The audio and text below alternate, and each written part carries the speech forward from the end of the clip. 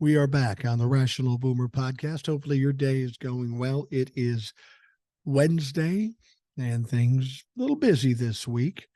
Of course, we're ramping up to this little debate I've got going on tomorrow night, which you will hear on Friday morning. But of course, I'm going to be talking to Jeff underscore HVAC underscore 69. People are saying, are you worried about this? I'm not fucking worried about it. I've got the truth, the law, and facts on my side, and I'm a better talker than he is. So it's going to be a lot like the other Trumplefucks that came through, and it's going to be interesting to see how it goes. They always come in cocky, They always act like, oh, I'm going to show him, and they always leave with their tail between their legs. I just have to figure out what his strategy is going to be. He seems a little more subdued than some of these other Trumplefucks. I mean, he's loud and he likes to talk fast, and people have said, what are you going to do with that? Well, I can talk loud and I can talk fast too, and I can talk for fucking ever, and it's my fucking show. So it won't be very hard. It might get a little taxing toward the end of the show of listening to this, but it has to be done. We'll straighten this motherfucker out, and then we'll see what he wants to do with his live. But if we do a live, I want TikTok friends there to show up too. He's going to think that he's going to have home court advantage. I know he thinks he's going to have home court advantage. And it doesn't really matter, but it would be nice to have a nice contingent of Rational Boomer TikTok followers or peers at the event too. I'm not convinced he's going to want to do this after it's done. It's not going to go the way he thinks it's going to go.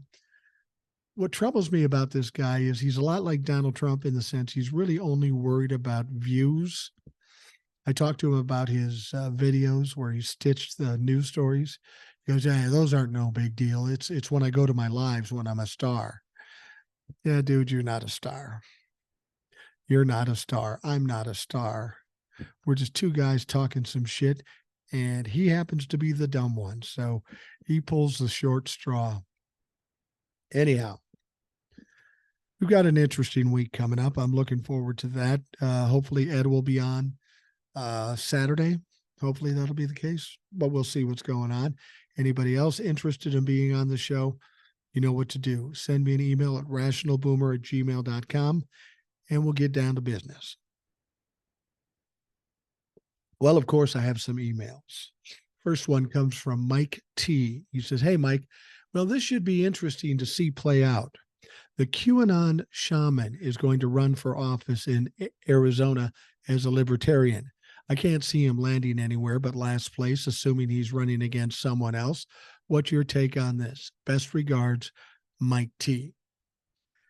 My take on this is that this QAnon shaman, after getting out of prison, is finding a difficult time finding a job. Everybody knows who he is, what he is, and how crazy he is. And nobody's going to hire this motherfucker, especially with a conviction on his record. So the only thing he can do is play off the character he played on January 6th, hoping against hope that there are people that still support him. Well, those people are fading away or ending up in jail. So I don't have high hopes for him. When I've heard him speak, he's not a very bright man, and he's clearly a little demented, still being a QAnon fuck. It may make it entertaining down in Arizona. He has no chance of winning anything. And if he does, Arizona, you should be fucking ashamed of yourself. Even if you're a Trump fan, you'd have to be embarrassed if that fucking clown got elected. But in all honesty, I don't see that happening. All right, the next email. Hi, Boomer. Let's get two birds stoned at once. Sounds like a mixed metaphor, but maybe not. I think that's what he meant. Allow me to push back a bit on something you say often. Plus, let's keep your brain primed for your big debate tomorrow. Not that I think you need that. LOL. Look at you. You wrote the email on Tuesday, but you had enough sense to know that I would read it for the Wednesday show, and then you referenced my interview or talk with the Trumplefuck on Thursday. Good on you. Now, he goes on to say, you always say Trump lost by 7 million votes in 2020 and has done nothing to gain votes since then. I agree 110%, but that ignores that our elections are a two-participant affair. Not always, but go on. Now, don't get me wrong. I'm a huge Joe fan. He's exactly who we needed, and he's earned the right to continue. But he's 4 years older. The economy has some significant challenge. The world's on fire, and there's a powerful international coalition that would love to see Trump win and finish destroying us. Further, the Israel-Hamas situation divides people in ways that I've never seen before, and not in straight lines. It's a jagged, irregular issue.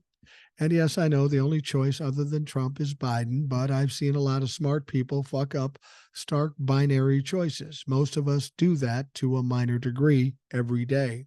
So that's what worries me sometimes. Best, Garage Door Jeff. P.S. I've started listening to Ed on TikTok. His style and delivery reminds me a lot of the great Paul Harvey, which, yes, I'm old enough to remember. I'm just a bit older than you. I remember Paul Harvey, too. I also played Paul Harvey on my station. I'd have shifts, and Paul Harvey's report would come on. It was syndicated throughout the country. So, Jeff, you're worried about the election. All of the things you said are true, but I still don't think it matters. There's two big issues about the election coming up in 2024. One that affected 2022 and one that affected 2020. 2022, the abortion issue, the attachment of that abortion issue to the Republican Party. Donald Trump aside, the Republicans are going to have a hard time doing this. And that abortion issue ties in with the other thing that's going to play a big role in the 2024 election. People are scared shitless. The vast majority of people in this country can't imagine what another Trump administration would be and how dangerous it would be to the people and to the country. People are absolutely devastated, and they're scared to death, probably more scared than they need to be. But that's exactly why we ended up getting 81 million people voting for Joe Biden and 74 million voting for Donald Trump.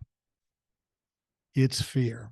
There's a lot of fear out there with women and men and people of color and LGBTQ folks and people of different religious affiliations. So there's a lot to consider here. What you're talking about is possibilities, and none of them I think are really very strong. Whether you think rich people are going to try to game the system, it's not going to be that easy for them to do.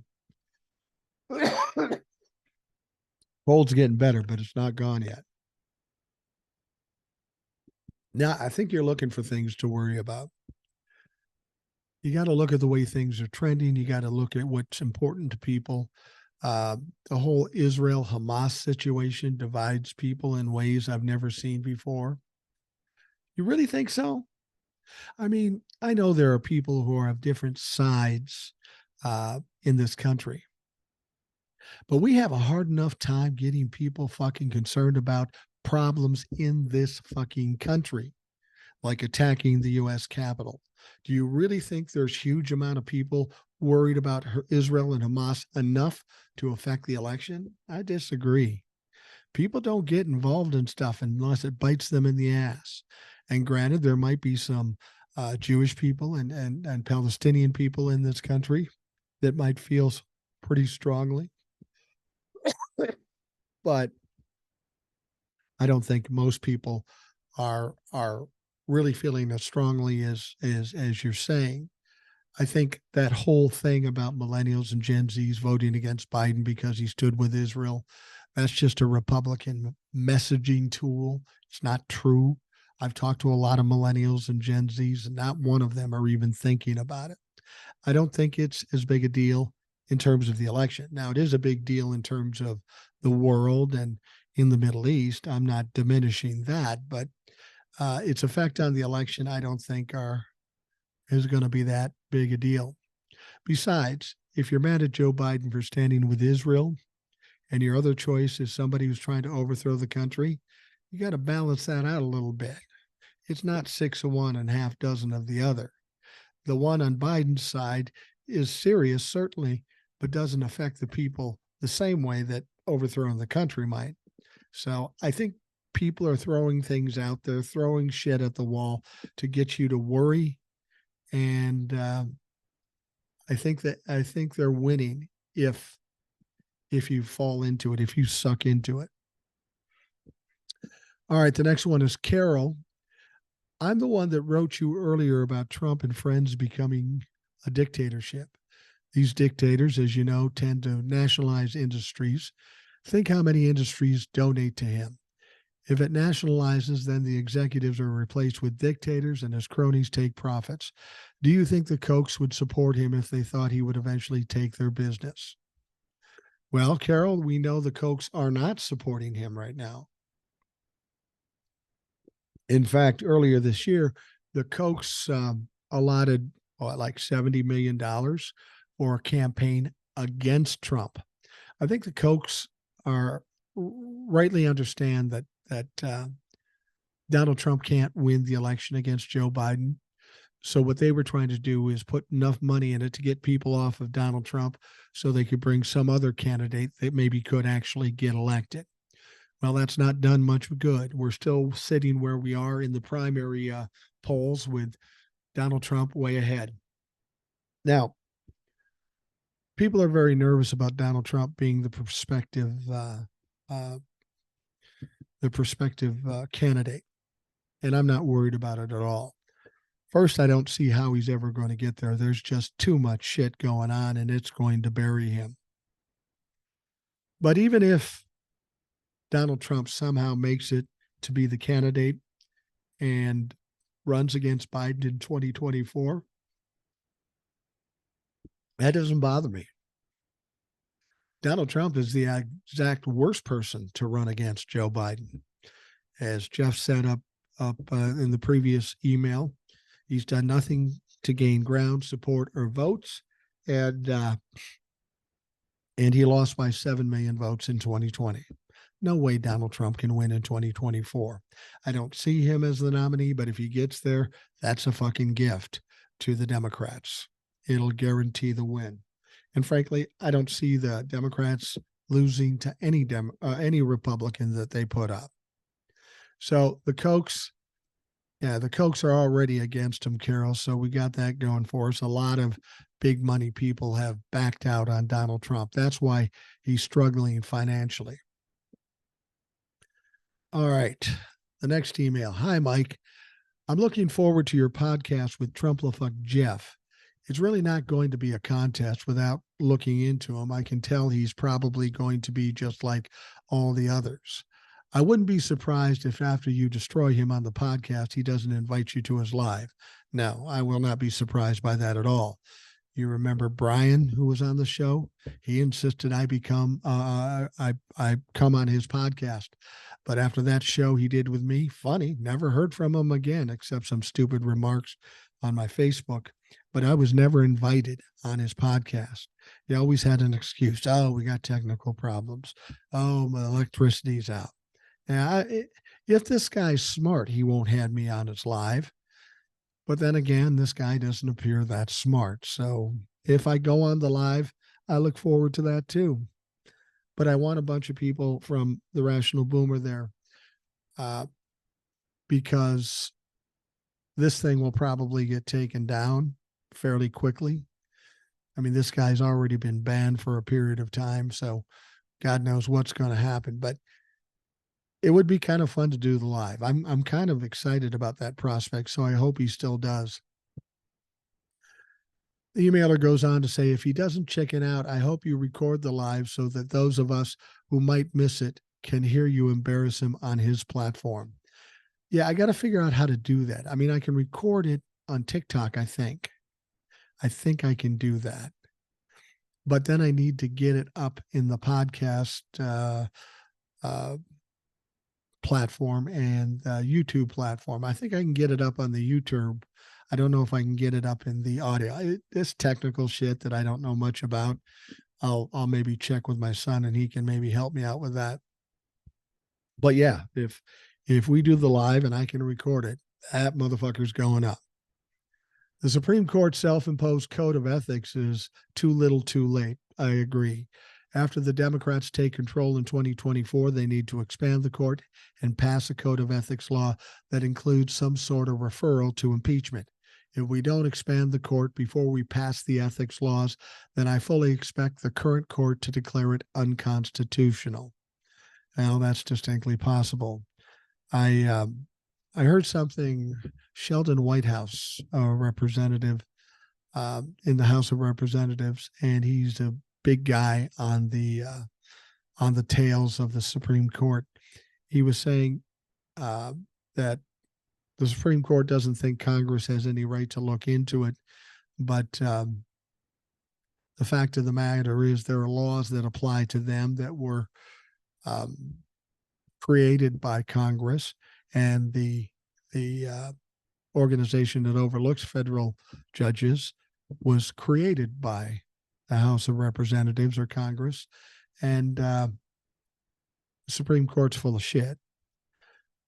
The only thing we have right now is the obstructionism from the Republicans. That's why not more is being done. But as you say, 2024, should the Democrats get control of the House and the Senate, that's all going to fucking change.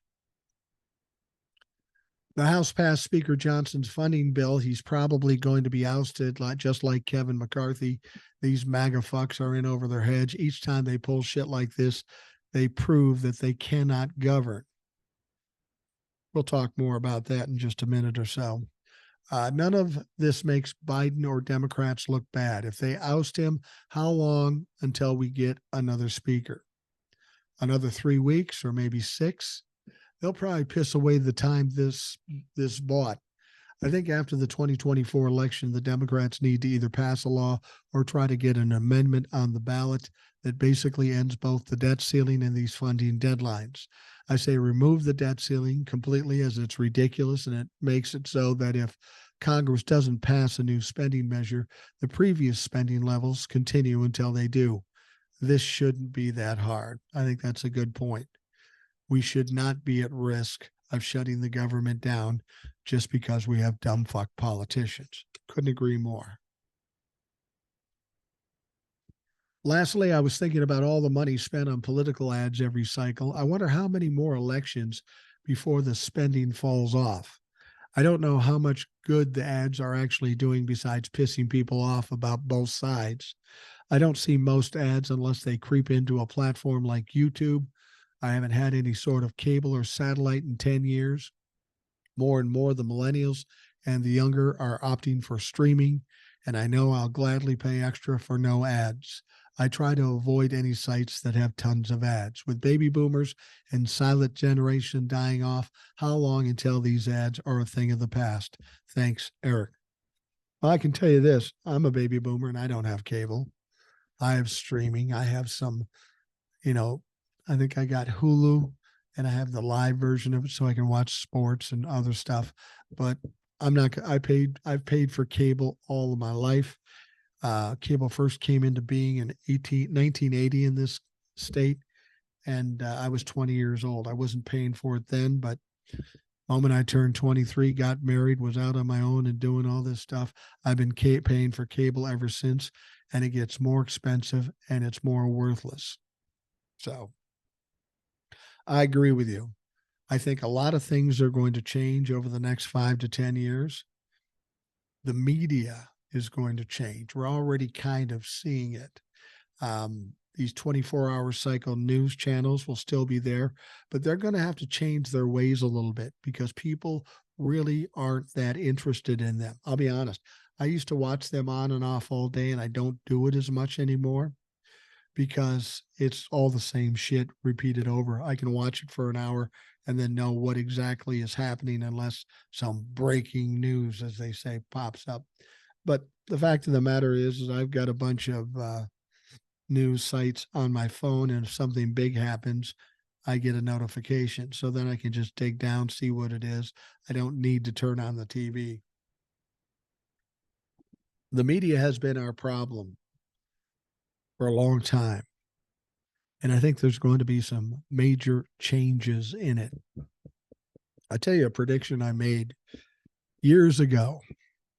And now I think we're finally seeing that it's coming true. I worked in radio most of my life. And like 20 years ago, there was this new thing that came out called podcasting. And when I finally understood what podcasting is, I said, that's kind of cool. I mean, I was doing something in traffic reporting and shit that I couldn't be creative at all. And I wanted a creative outlet. So I created some podcasts. I did a ghost hunter one, a psychic one, a money one with a money expert. I did like 5 podcasts. And to be honest with you, I don't know how many people listened to it, if anybody listened to it, but I did it for a while and it was kind of fun. But at the time, there was no way I could monetize it. And at that time, I had to make a living to feed my kids. So I kind of let it go and did what I do. But at that time, I said to somebody in radio, I said, you watch. These podcasts will end up being mainstream and radio will take a shit. And let's be honest, radio is taking a shit. If you go in any market, find out the top radio station and see what their ratings are, and then go back 20 years and find out how many listeners they were pulling then, it's minuscule in comparison. And while they may be the top radio station in town, their income is dropping because of the sheer fewer numbers of people listening to radio. Podcast, now I'm doing a podcast. I actually have people listening to it. And I still think podcasts are a better way. People get a choice. They get it on demand and they get to, you see, what you do in radio is broadcasting. Try to get it out to as many people as you can. Try to draw everybody in. Podcasting's more narrow casting, more specific. And I kind of like that because then we know who the listenership is. We develop some loyalty and we can continue to do the things that we do best as opposed to trying to do traffic and weather and news and do all this shit and be the first one to do that. Radio is a dying business. I'm sad to say that because, you know, I'm a former radio guy, but technology is such that radio is becoming, I don't know, working in radio is like getting a job in a blacksmith shop. Kind of cool, but really not much use for it anymore. Hell, most of the people on radio now probably get more listeners in the podcast or the recordings of their shows after they've been long done. Anyhow, I think the ads as we've known them are going to go away. And hopefully that means they spend more on podcasts. No, I'm kidding. I'm not all that excited to do a lot of advertising. I'll do some just to make a few bucks, but the whole point of listening to podcasts as opposed to radio is not having to sit through 4 minutes of ads waiting for the next part of the show. All right, I have one more email. This comes from Mike. He says, excellent as always. This clown you're going to debate, be careful. His MO is suspicious. He may be a paid plant or a Trump operative. SM is loaded with them. Be careful, Mike. SM, I'm not sure what he means there. I probably should. Anyway, this guy might be a plant. I don't care. Honest to God's truth, you could put Donald Trump in front of me. I'd be excited as hell because I know I would beat him. This clown, as you describe him, I kind of agree. He's kind of a goofy fuck. He's not your typical Trump-la-fuck. He's weird. You know, he's talking to me in the email very respectfully and very nice, kind of like you'd expect in a, I don't know, in a put-up job, you know, kind of a exhibition. Oh, we're okay, we're friends, but we'll go in there and spar around a little bit. If that's what he thinks is going to happen, he's sadly mistaken. I'm not one to get mad and yell and scream. I won't do that in the podcast, but I will be serious. I will be direct, and I will be fucking tenacious on this motherfucker. It will be serious. And if he gets embarrassed, you know what I'm going to do? I'm not letting him off the hook. I'm going to embarrass him more. I'm going to nail this guy to the ground. And when he walks away, his ass is going to be hurting. That's the only way to handle these fucks. It honestly is. The only way to handle these people is to put them down and keep them down. All right. As was mentioned in the email earlier,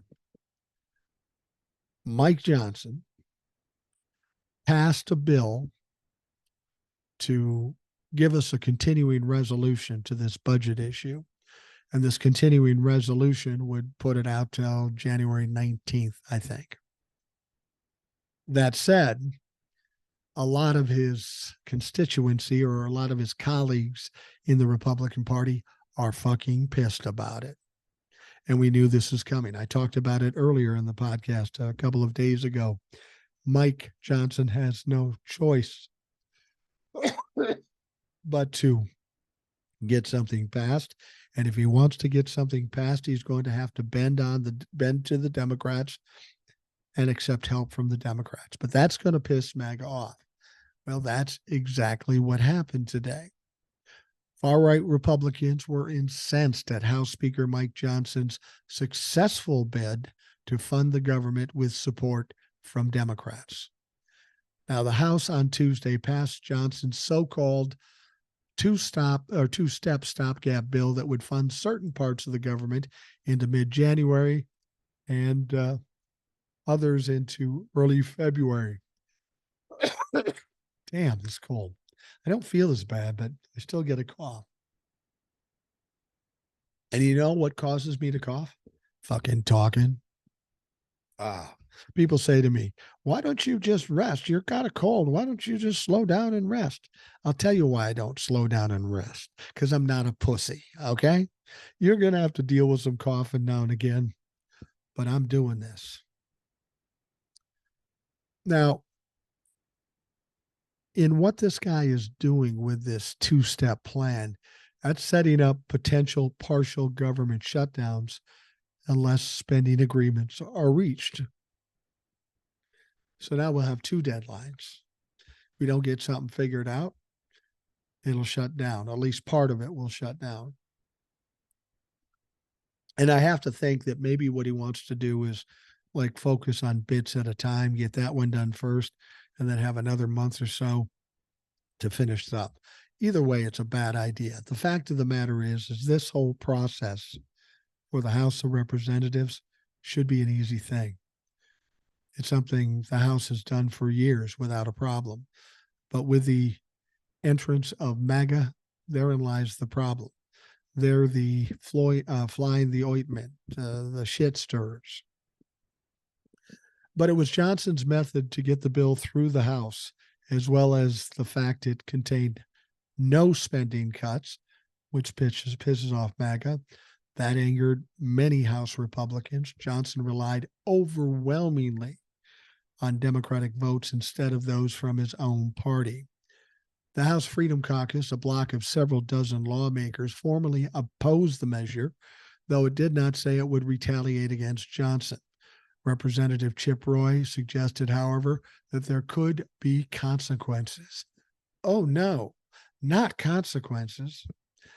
We'll see, Roy told reporters. I tend to try to give people grace. Oh, you're such a good man. I gave Kevin grace. Yeah, but you kicked him out. I give Mike grace.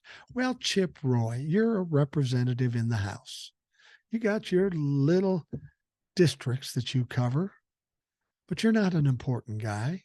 Whether you give him grace or not doesn't mean jack shit. He goes on to say, but I strongly disagree with this play call. Johnson used a special procedure to circumvent the House Rules Committee, where Roy and other conservatives have threatened to block a floor vote. The procedure, known as suspending the rules, is usually reserved for non-controversial bills with broad bipartisan support. It requires 2/3 supermajority for approval, meaning lots of Democrats will have to back the resolution for it to be adopted. Now, House Democrats provided the bulk of the support in a 336-95 vote Tuesday. Now, if this is approved by the Senate and signed by the president, The bill would fund smaller federal agencies like the Departments of Transportation, Agriculture, Veterans Affairs, and several others through January 19th. Other agencies, including the two biggest in the Defense and Health and Human Service departments, would be funded through February 2nd. Without an extension, the government faces a midnight deadline Friday for shutting down. Royce said it was asinine to use suspension and suggested that he might withhold support from future Johnson priorities. That's good. You and your Republicans fight amongst yourself. It's hard to fundraise and vote for certain things when you're getting rolled on other things, he said. Johnson defended his choice and touted what he said was a new spin on the usual stopgap formula. We're not surrendering, we're fighting. But you have to be wise about choosing the fights, Johnson said at a press conference. He added that the idea of setting different dates for different portions of the government shutdown, if no agreement is reached, is an important innovation that changes the dynamics of the debate. How about you just get the job you were hired for done? How about you just get the budget done like every other Congress has fucking gotten done? This isn't about a new idea to delay the fucking decision. The idea should be trying to figure out how to come up with the actual decision and do the actual fucking job. Yeah, they're always talking about how impressive they are when they're doing nothing but failing. Now, we know Kevin McCarthy was ousted in part because of the stopgap funding bill he passed using Democratic votes, also had no spending cuts in his deal, like Johnson's measure. But Johnson said he's not worried that he will face the same fate as McCarthy. You know what McCarthy said about that fate of getting kicked out? He said he wasn't worried at all either. Look at what it got him. He says, I'm not concerned about it at all, Johnson said. Kevin should take no blame for that. Kevin was in a very difficult situation when that happened. This is a different situation. Now, McCarthy, in a recent interview with CNN's Manu Raju, also said Johnson's job is safe with the House Republicans, wary of trying to oust another speaker soon after a 3-week House shutdown that happened as the struggle to replace McCarthy and Johnson. Who are they going to replace him with? McCarthy asked. It's an excellent point. It's kind of what I said about McCarthy. And they get this dumb fuck. Somebody probably worse than Mike Johnson. But it's not our call. It's the Republicans' call. Several conservatives who oppose Johnson's continuing resolution said they don't think the speaker will face any serious retaliation since he's only been in the job a few weeks. The team's down 30-0 in the fourth quarter. You put in the backup quarterback, actually the third string quarterback, and you want him to hold him accountable for the 3 quarters of failures that got you behind.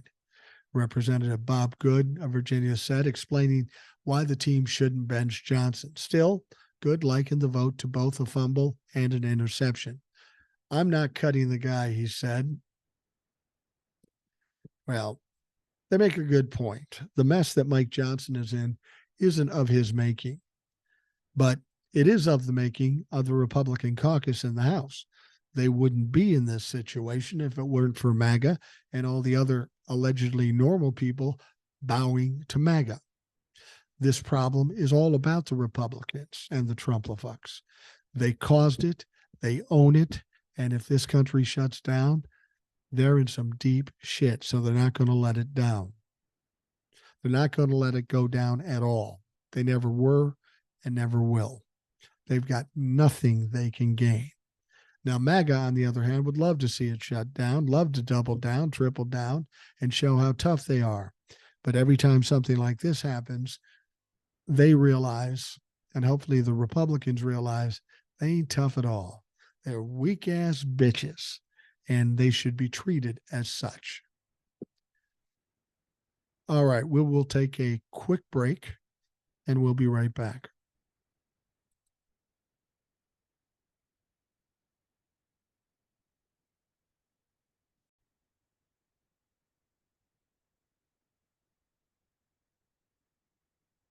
We are back on the Rational Boomer podcast, and There's some information I wanted to give you earlier in the podcast, and I think we need to talk about it now. Some court things that are coming up, one coming up today. But on Monday, November 20th, the appeals court will hold a hearing regarding the DC gag order. You remember Judge Tanya Chutkan put a gag order on Donald Trump. Then she put a stay on it because he appealed it. Then Jack Smith complained and put it back in effect, and now I think it's in a stay again. But next Monday, they are going to have a hearing regarding this appeal and make a decision whether Donald Trump has any claim to appealing this at all. And I don't think he's going to win that. There's no chance of that. But that is happening on Monday.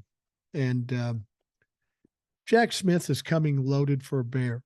He's a little upset about Donald Trump flapping his gums and the danger that he presents by talking the way he does.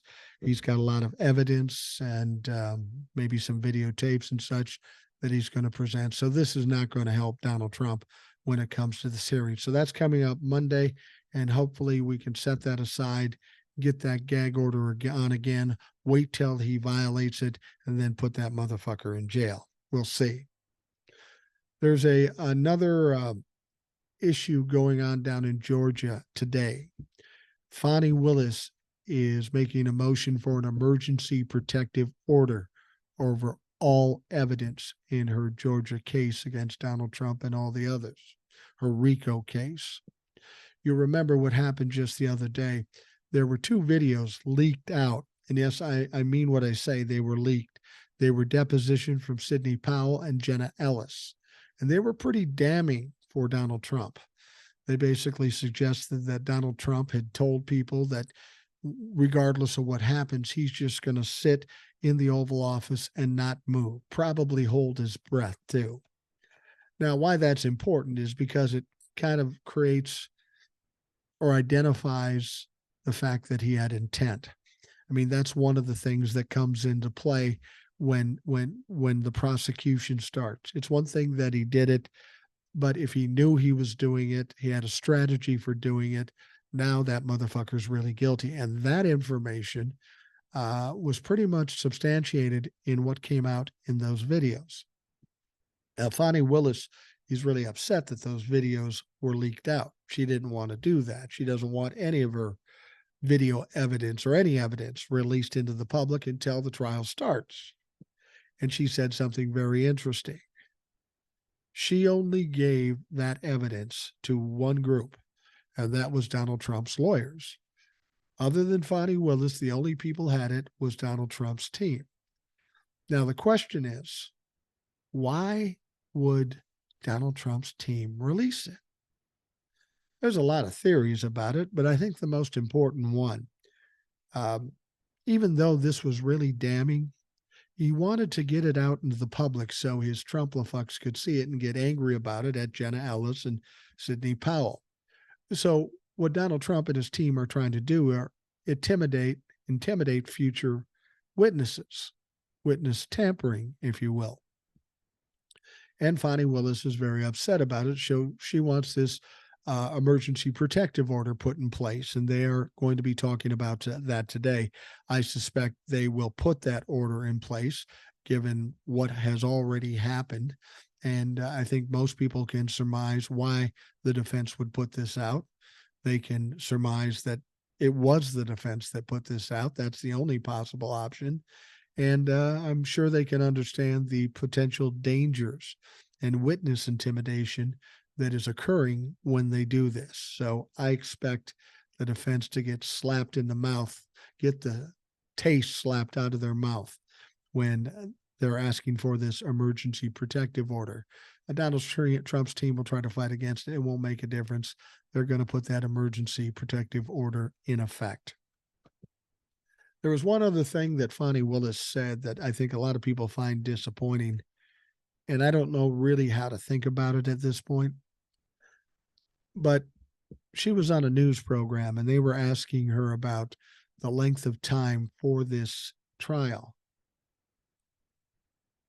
And she said that she expected the trial to go beyond the election. in 2024, which is disappointing. She said, I don't do anything based on an election cycle. We have to go through what we have to go through and get it done. Now, people are upset about this and people are disappointed by it, and they should be. I'm not sure why this case should take a year to litigate, but I'm not Fonnie Willis. I'm not even a lawyer, so I don't fucking know.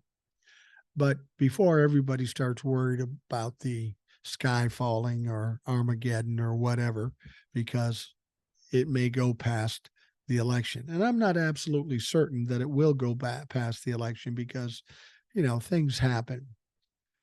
We don't know exactly the date they're going to start the trial yet. We don't even know how many defendants there are going to be because there are going to be other people that are flipping.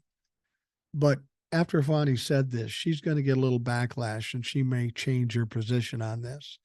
But even if it does go past the election,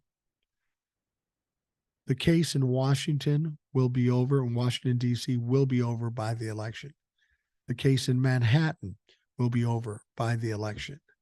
The case, and I'm talking about Alvin Bragg and the Stormy Daniels thing, and the case, the lawsuit in New York will be over too. Any one or all of those things are enough to bury Donald Trump.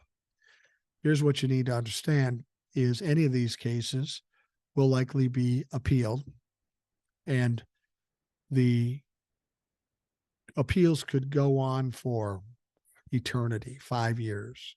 They could. And people would be saying, well, that's not fair. In 5 years, Donald Trump won't go to jail and he'll never see the inside of jail. Just because he's appealing it doesn't mean he won't go to jail. Not everybody gets released when they're on appeal. That can happen. But he's going to need at least 2 jurisdictions to release him on appeal. And they don't have to do that. They can do that, but they don't have to do that. So we'll see what happens.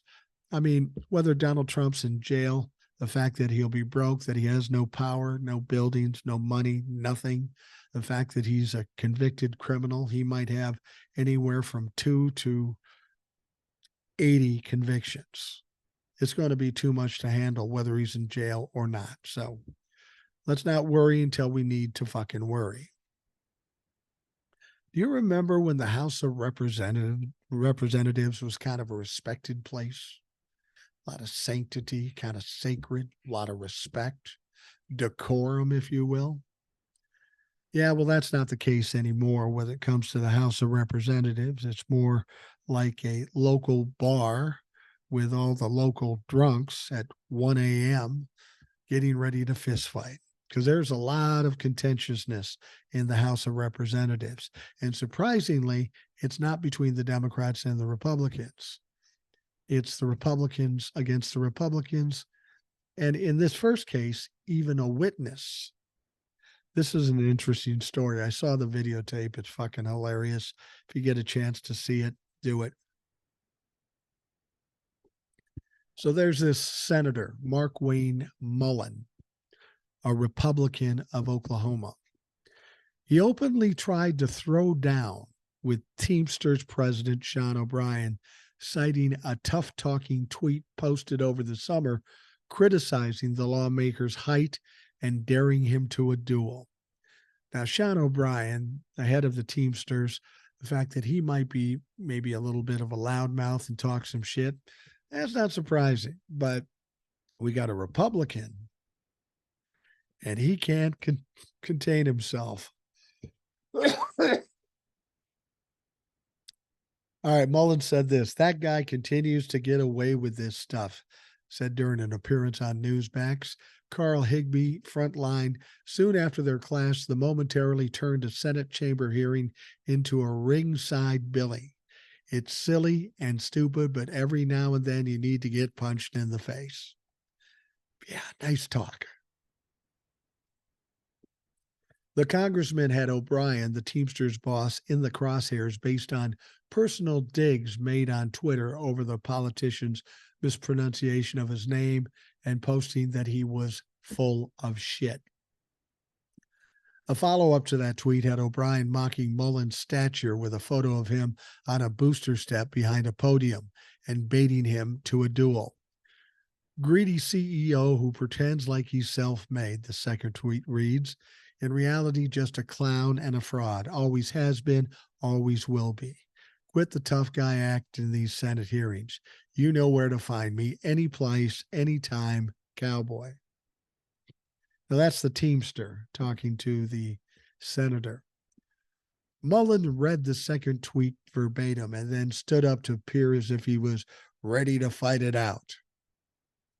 We can finish it here, he told O'Brien. O'Brien responded, that's perfect. Mullen told him, stand your butt up. You stand your butt up, O'Brien said. The two came close to going after each other, with Muslims seen starting to remove his wedding ring. I'd leave that motherfucker on. You may need as much help as you can get. And then Bernie Sanders, who was chairing the hearing on the labor movement in the United States, calmed the room down and demanded Mullen to sit down and act like a U.S. senator. That's in the Senate. I think I said the House at first. The House is coming up next. But this happened in the U.S. Senate. This is the kind of shit and the behavior we're getting from Republican senators. Please, motherfucker. Aren't you enough an embarrassment for backing Donald Trump? Now, in the House, Representative Kevin McCarthy has started telegraphing that he plans to exact revenge on 8 House Republicans who voted to depose him as Speaker, and the California Republicans' disdain for those members reportedly got a little physical. NPR congressional correspondent Claudia Grisales reports that McCarthy gave Representative Tim Burchett a shove as he walked past him in the Capitol, which led to Burchett trying to confront him. Now, Burchett, of course, is one of the 8 that ousted Kevin McCarthy. Burchett said, why'd you elbow me in the back, Kevin? As reported by Grisales. Hey, Kevin, you got any guts? This is in the House. As McCarthy walked away, Burchett referred to him as a jerk and told Grisales that he'd never seen the California Republican do anything remotely like that before. That's when the chase ensued. Yes, a chase. Burchett took off after McCarthy and his detail. I chased behind him with my mic, said Grisales. Burchett then began yelling at McCarthy. Hey, Kevin, why'd you walk behind me and elbow me in the back, he demanded now. McCarthy denied giving him an elbow, but Burchett wasn't giving in. You got no guts. You did so, he said. The reporter said it right there. What kind of chicken move is that? McCarthy then walked away while Burchett called him childish and a jerk. According to the report, Burchett also revealed that this was the first communication he had with McCarthy since he voted in favor of a motion to vacate the Speaker's chair earlier this year. Now, of course, Matt Gaetz has to step up and say, oh, yeah, Kevin McCarthy sucker punched me too. Fucking right, he did. Like Matt Gaetz can be believed. But don't you just love it when the Republicans are fighting with themselves? Now you remember how all this shit started, right? That's when Marjorie Taylor Greene called Lauren Boebert a little bitch. Now, that's accurate. That is accurate. But for decorum's sake, a little outside the box. But now we got the Republicans fighting amongst themselves, fighting with witnesses, calling each other names. Oh, it's beautiful. And they think they're going to win in 2024. They can't even come together in their respective houses to agree on fucking anything. They can't get a Speaker of the House. They can't vote on a simple budget fucking bill. And now they're fighting amongst themselves. Well, beyond that, we've got another issue between a Democrat and a Republican. And this one's hilarious. House Oversight Committee Chair James Comer lost his cool at a Democratic colleague on Tuesday. Now, you know that James Comer is the one leading this investigation and all these stupid fucking hearings in their attempt to impeach Joe Biden. And the reason they're trying to impeach Joe Biden, they're trying to find evidence that shows that Hunter Biden was doing some business deals with overseas countries and giving Joe Biden money, like $5 million. Funny thing is they have yet to find a simple shred of evidence. Now, it's interesting because news came out that James Comer is doing the very same thing with his brother with overseas countries. And apparently there's evidence about it. And Representative Jared Moskowitz, who is the current Republican roaster general, he's from Florida, he's Democrat. He suggested during a committee hearing that Comer and his brother were involved in the same sort of wire transfers that Comer has cited in corruption accusations against President Joe Biden. Comer, all decorum aside, said, that is bullshit. Really? Well, let's have an investigation and find out. Comer said in a response to Moskowitz, that's bullshit, using unusually indecorous language from the committee dais. Moskowitz is financially illiterate, Comer added, and he looks like a smurf. What is Moskowitz blue? I don't even get that insult. Comer launched his tirade the same day that former House Speaker Kevin McCarthy shoved his fellow congressman, and then of course Mark Wayne Mullen threatening to fight the head of the Teamsters. It was an unusually tense day at the Capitol. Comer has said a $200,000 payment from Joe Biden's brother, James, in 2018, discovered through a committee subpoena for years of James and Hunter Biden's bank statements, looks suspicious, despite records indicating it was a loan repayment. There is evidence there, but it's not the evidence they want. The evidence says it's absolutely legitimate, but they're not happy with that. Now, the Daily Beast reported this week that Kentucky property records indicated that Comer's engaged in land swaps related to their family farming business, including one transaction involving a shell company in which Comer ended up giving money to his brother from a company that does not exist. Moskowitz went on to say, you owe it to the American people to explain why you've gone on Fox News and told people that while the president was out of office, he had a loan with his brother in a way that they were evading taxes, Moskowitz said. It has come out in public that you also do business with your brother with potential loans. Comer, who pays close attention to any media that mention his name, immediately recalled that Moskowitz and Dan Goldman had tweeted the Daily Beast story. He said he had not loaned his brother money, and he was mad. The White House tried to get CNN to write that story. They went around and investigated all this bullshit that the White House spokesman Ian Sams is trying to tell people that only dumb, financially illiterate people pick up on, Comer said. You're so financially illiterate that you think because something says LLC, it's a shell company. It could be a shell company. Comer has said that nearly 24 limited liability companies linked to Hunter Biden are shell companies with no legitimate purpose other than funneling money to the Biden family. Though there is evidence several of the firms were involved in legitimate business activities.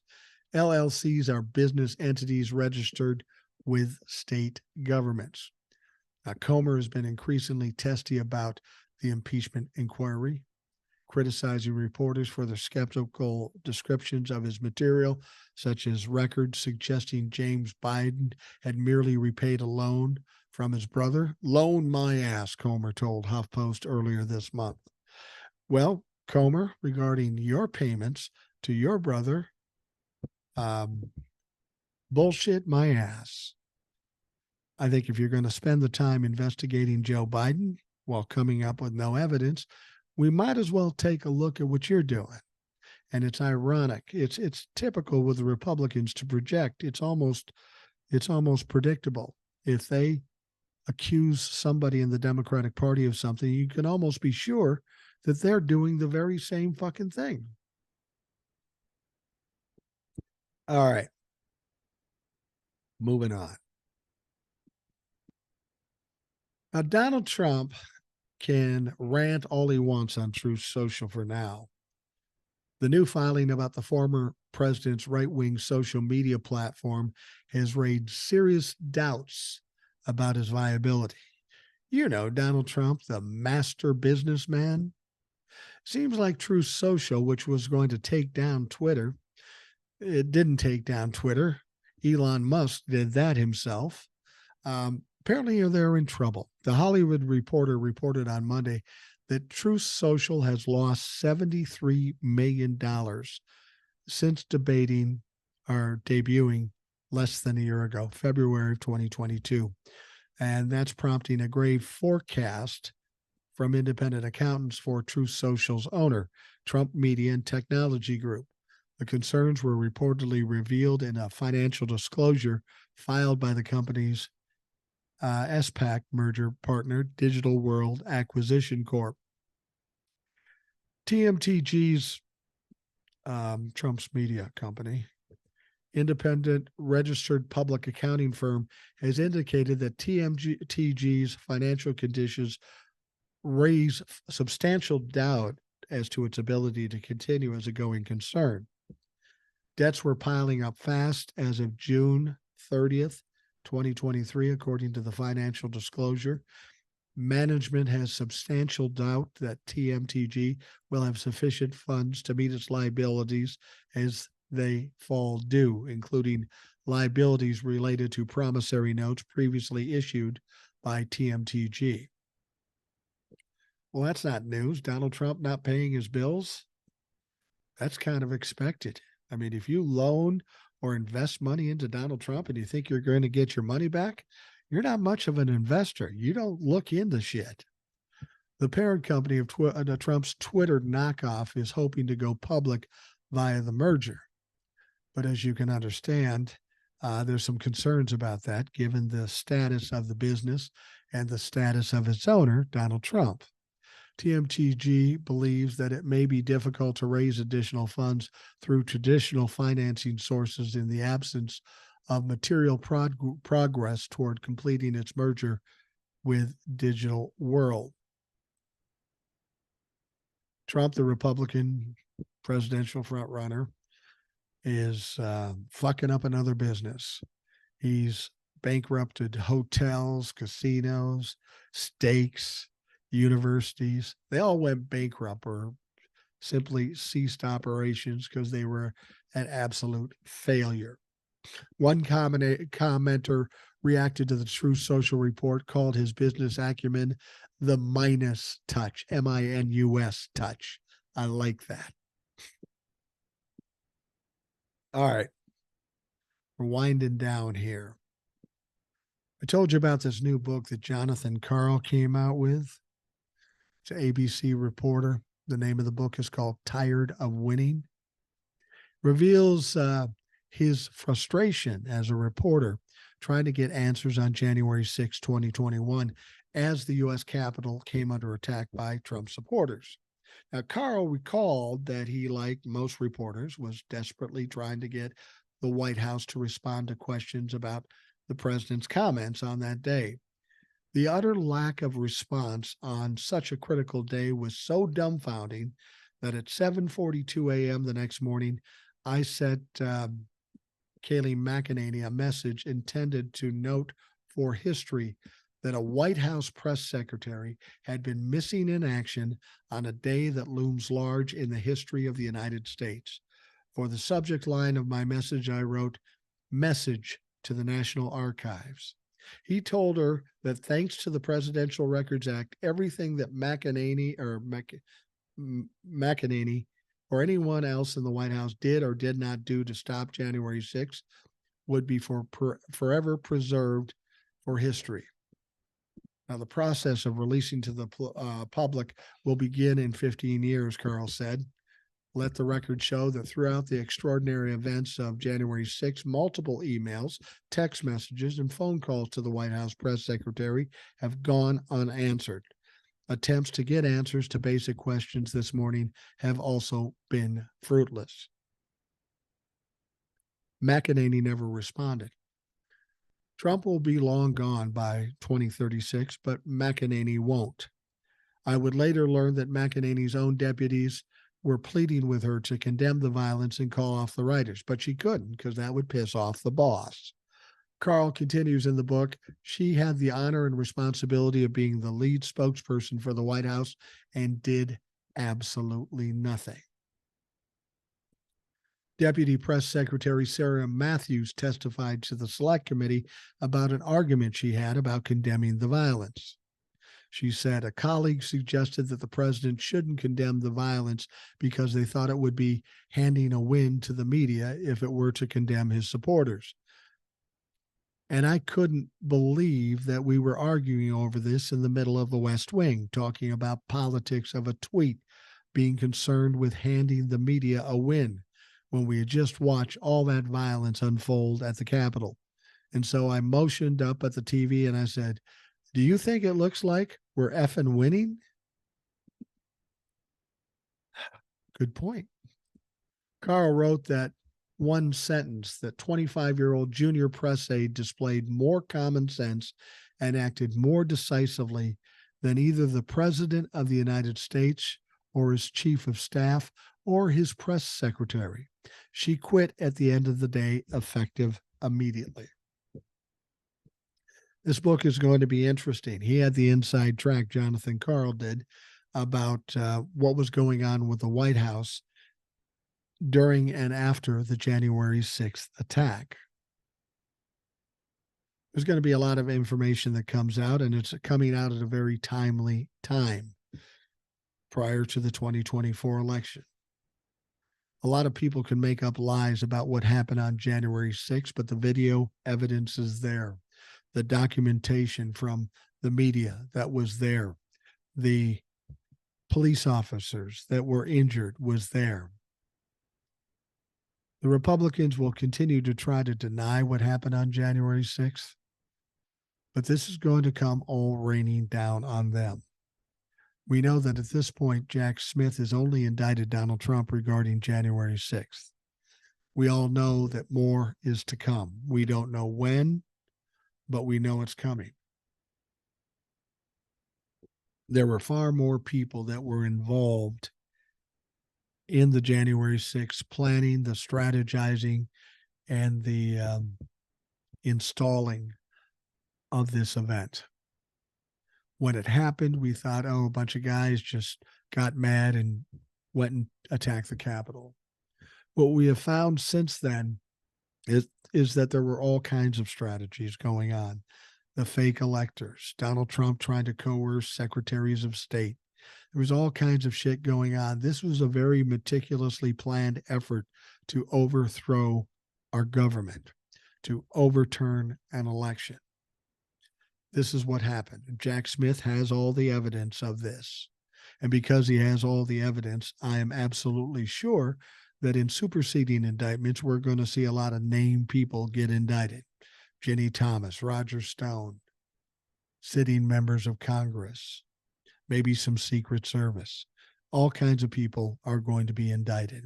And when that happens, it's going to be a shit show because people are going to be running around like chickens with their heads cut off, anxious to give up the information that's going to keep them out of jail. Jack Smith knows this. And I suspect the people that are waiting for their indictments know this too. They're not stupid. They're on the inside track. They know what the fuck is up. They know it's coming. And this may be an explanation as to why they are behaving the way they are. They're behaving in desperation. It's not just about the election. The election in 2024, they are fucked. That goes without saying. They've done too much, and the people in this country know about it. This is how the government has always behaved. They've always done underhanded and shitty things, but it was never exposed the way it is now. We didn't have the 24-hour news cycle. We didn't have independent media coming out with information. We didn't have as many leaks and those sorts of things. So this means a lot of trouble for Washington, D.C. members of Congress and friends of Donald Trump. It's going to come to pass. A lot of people have already given a lot of information, and there are more that are going to roll over on Donald Trump. Jack Smith is being meticulous about what he's doing, and he's going to win this thing without question. We're fortunate, at least in that case, we have a good judge in terms of Judge Tanya Chutkan. She's not going to delay this case. She's set the trial date for March, and she seems like she's holding strong to it. Donald Trump is doing nothing to give her a reason to delay it. I think she understands by delaying it, that just puts this country, the witnesses, and many other people in danger. That's why she's going to start picking the jury in February. It's not exactly moving up the date, but what it's doing is it's getting a lot of the busy work done before the actual trial starts. And when the trial starts, then they'll be able to start off running. So, the thing about it is about Donald Trump, and I'm going to bring this up with our Trump-la-fuck friend that's coming in on Thursday. Donald Trump caused a lot of problems in this country by simply doing nothing, to be negligent. Let's talk about COVID. 1 million Americans died because he did virtually nothing. He was negligent. Any other leader would do something more, and they would be more hands-on with it. Had Donald Trump done more with COVID, 1 million people wouldn't have died. Maybe 3/4 of those people would have survived. But for his own benefit, he ignored it. And then again with January 6th, he could have easily stepped out in front of the press and said, look, this is crazy. You need to stop. But he did not do that. And he did that for bad reasons. He was taking a risk that they could somehow stop the certification, would give him a little time to do whatever he thought he was going to do. Unfortunately, it didn't work. I always hear people talking about all the strategies and plans that the Republicans are going to do coming up to the 2024 election, and we should be so fearful. Think about this. As I wrap this up, think about this. On January 6th, they needed to stop the certification of the electoral votes, right? They needed to flip the election somehow, some way, or at least create some chaos so they had time to think about something. They had their president, their friend, in office. They had members of Congress helping them out. They had the DOJ helping them out. They even had the Supreme Court helping them out. They had everything in place to get that job done, and they still failed. They still fucking failed. They don't have those advantages anymore. They are not competent. They are not bright people. They aren't going to be able to do shit. They're going to go down in flames. They're going to lose, and then they're going to have to figure out how to rebuild themselves. Regardless what the polls say, regardless of what pundits say, the facts suggest that.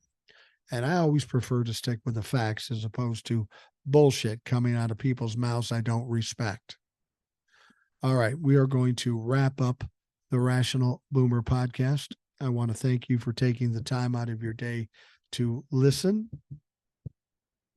We will be back, of course, tomorrow.